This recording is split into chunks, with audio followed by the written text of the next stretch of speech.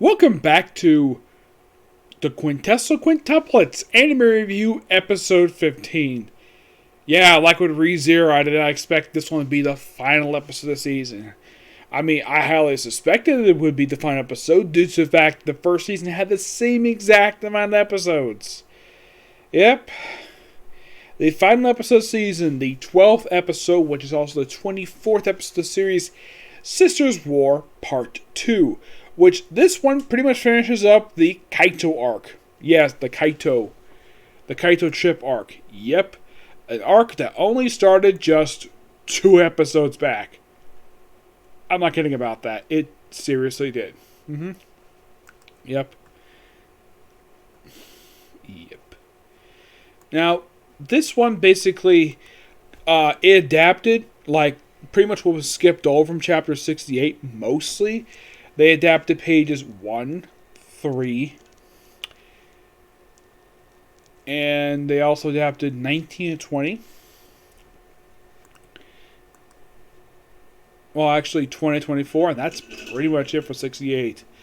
For 82, they pretty much adapted the rest of that chapter, and they went through the entirety of chapters 83, 85, and they went through the first 14 pages of chapter number 86. Yeah, they didn't technically cover the last few pages for some reason. I don't know why. Mostly put for this one, we pick up exactly where I left off for last week, where you kind of basically adapt some stuff they skipped over last week, where you have the scene with Miko and her sister Isuku, where like they meet with each other, they're cute, and the fact they're rivals for Futuro's love, and well, the close up. And they go out, and they have, like, the very next day, where Izuku, the older sisters, basically talk to Futuro, thinking she's Miku, but nope, he figures it out. And then it starts raining, and apparently there's a joke about, oh yeah, soak down to the underwear. So Izuku would basically take a shower first, and then Yashima decides to take a shower. There is actually a slight change here, believe it or not. Because you have Futuro coming like, oh yeah, assembling in 30 minutes. Now, the slight change that is here is that in the manga, Futuro is actually to the right of Yasuba, when she opens the door. Thus meaning he could easily see her completely naked just by glancing over to his right and seeing a naked woman. In the anime, they pushed him up a little bit to where he's actually to Yashiba's right instead of basically in front of her, per se. Basically where she's behind him, he's behind, and she sees him like, oh, he's there, and he basically closes the door. And aside from that, there's not really much changes here. And then like next day, you have Miku going to basically spend the day with him, doing samurai clothes, go like basically like a movie set type of thing. And one of the girls basically poses for her for a while. She gets wet, and Miku gives her a very strange looking pair of panties that basically are very thin. You're like, oh yeah, I had these for emergency. Basically a freaking thong. Yes, a thong. And of course she admits, oh yeah, she loves Futu, but she actually loves her sisters.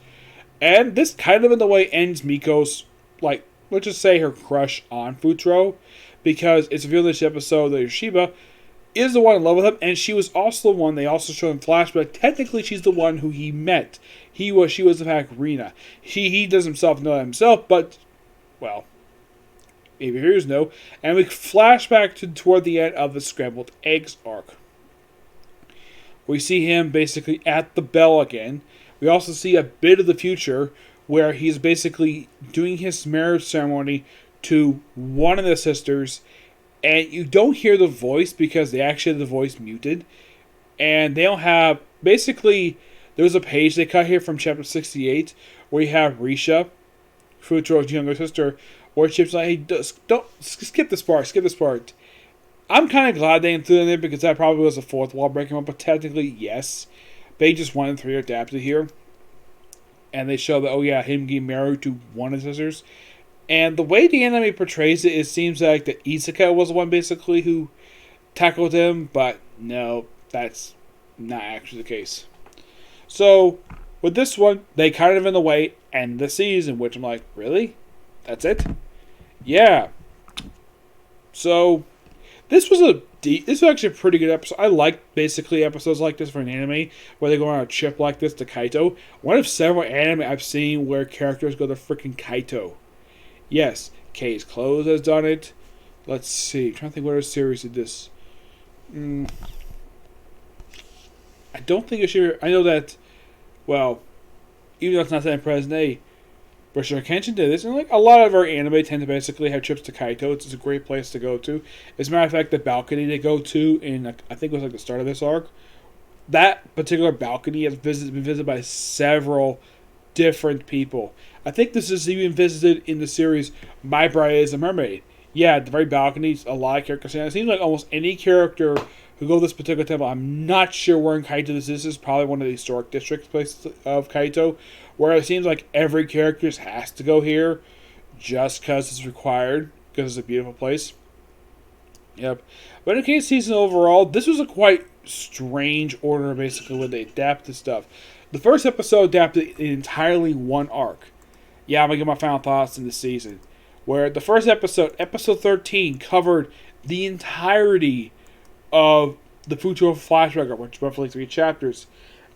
And then you probably think, did 14 cover Labor Thanksgiving? No. This wasn't covered until episode 22 for some reason. Yeah, they skipped over this. As far as I know, there's no explanation for this at all. And then they go to 7 Goodbyes. This one took up 3 episodes. And then you have 17 covered 2 arcs, basically. New Residence, which is roughly 3 chapters. And the start of second year exam, which takes up basically 17, stops at 19, which basically wraps up in episode 19, and 20 pretty much wraps up that. 21 basically is mostly the first half of new class arc, and 22 covers basically like 3 arcs in just 1 episode. It covers us new class, Futo's birthday, and Labor Thanksgiving. Yes, and also covers the start of the Kyle Chip arc, which then gets wrapped up with this every episode. Now, I mainly got into this series because I was very interested in animation. I figured, though, why not? I do find this series quite interesting to watch. It's not my first favorites, per se, of watching of all these anime I watch.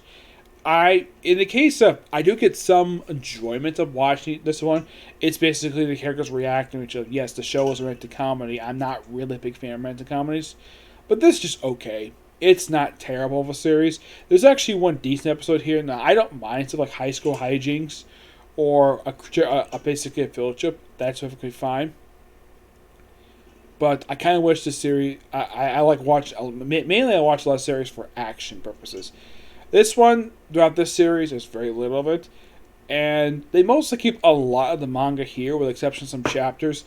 Like, for example, Labor Thanksgiving. There's a good chunk of it actually cut out here. My guess is due to time constraints, but mostly put, it's a pretty good. It's a good faithful season, and it's surprising though how many chapters they went through for this one season. Like the first season went through the first 32 chapters. This one covered a heck of a lot more. Like how many chapters this one went through?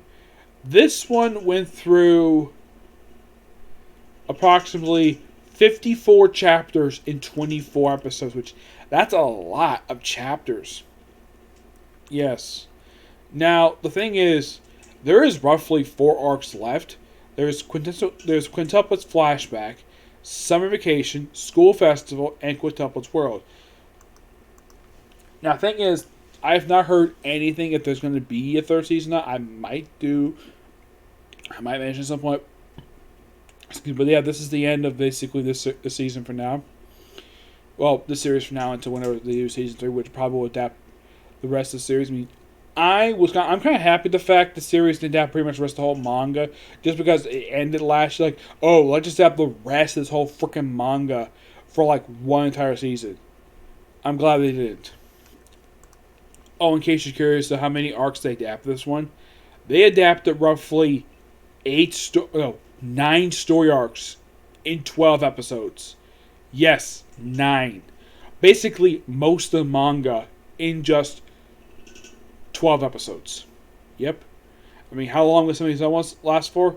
For the Quintuplets Flashback arc, this one, I believe, will probably last, I'd say... go away here, thank you. I'd say this basically could have, like, 1 episode, I'd say. Summer Vacation, I'd say this one could be down for at least for 2. School Festival, this is roughly like 19 chapters right here, which is by far the longest of the whole series. This one might take up the most. My guess, since it's about this much, I'd say about 5 or 6 episodes I think to cover this arc.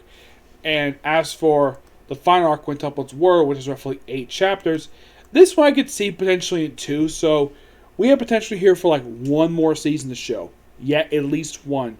Do I think it'll be 12 episodes? Yeah, probably will be. It could be a little bit less due to how much material they could adapt. They could stretch probably some of these arcs per se, if they wanted to, but it's all up to the studio who makes the series. Yep. So yeah, that's a particular view. Next one's going to be comic book history, because I was originally to do this yesterday, but I didn't have time to.